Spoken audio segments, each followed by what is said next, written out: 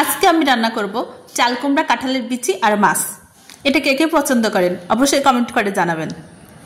চাল কুমড়া শরীরের শক্তি বৃদ্ধি করে, দৃষ্টিশক্তি বাড়ানো, হৃদযন্ত্র রক্ষা করা সহ বেশ কিছু শারীরিক উপকার করে। চাল কুমড়া তরকারি হিসাবে যেমন খাওয়া যায়, তেমনি এটা কিন্তু জুস বানিয়ে খাইলে খুব উপকারে আসে। চাল কুমড়ায় রয়েছে ভিটামিন, মিনারেল, শর্করা ও ফাইবার, তাই চাল কুমড়ায় রাখুন প্রায় দিন খাবার প্লেটে। চলে যাই মূল রেসিপিতে। প্রথমে আমি চাল কুমড়াগুলো কেটে, কাঁঠালের বিচিগুলো কেটে ভালো করে ওয়াশ করে পাশে রেখে দিয়েছি।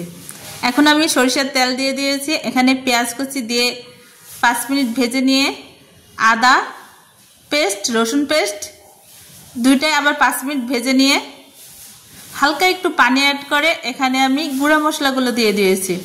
মরিচের গুঁড়ো, হলুদের গুঁড়ো, ধনিয়ার গুঁড়ো, জিরার গুঁড়ো, মশলাগুলো দিয়ে ভালো করে ভেজে নিয়ে এখন আমি এখানে মাছ অ্যাড করলাম।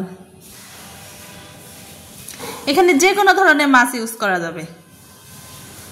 আমি এই মাছের নাম তেমনভাবে জানি না, এটা কি নামে পরিচিত। যাই হোক, বড় যে কোনো মাছ আপনাদের পছন্দ মতো আপনারা দিয়ে এটা রান্না করে খেয়ে দেখবেন। মাছগুলো ভালো করে কষিয়ে নিতে হবে। মাছ কষানো কমপ্লিট। এখন আমি মাছগুলো উঠিয়ে নিচ্ছি।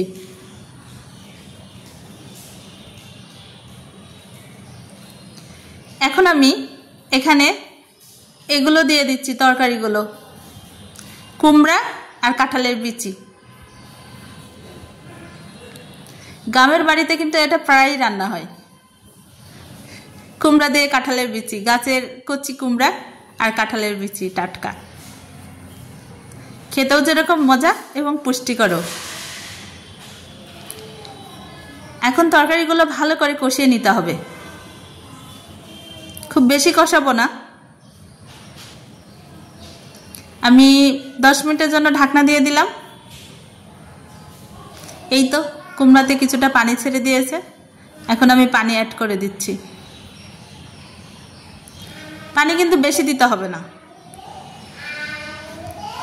যদিও কাঁঠালের বিচি আছে, একটু সিদ্ধ হতে সময় নেবে।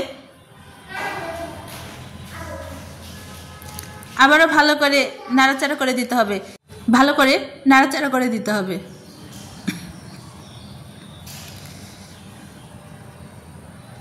এখন আমি আবার ঢাকনা দিয়ে দিচ্ছি।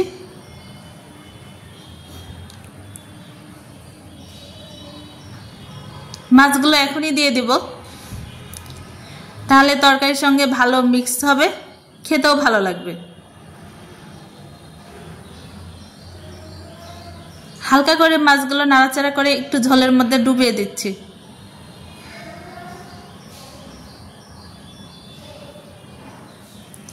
এই দেখুন, আমার তরকারিতে হালকা হালকা গায়ে গায়ে ঝোল থাকবে। এখানে আমি জিরা ভাজার গুঁড়া অ্যাড করছি। জিরা ভাজার গুঁড়ায় তরকারির স্বাদ বহুগুণে বেড়ে যাবে। আপনারা এইভাবে রান্না করে খেয়ে দেখবেন, আশা করি ভীষণই ভালো লাগবে। গরমের দিনে কুমড়ার হালকা ঝোল, এটা কিন্তু খুব ভালো লাগে গরম ভাতের সঙ্গে খেতে। ওকে, ভালো থাকবেন, দেখা হবে নতুন কোনো রেসিপি নিয়ে। আল্লাহ হাফেজ।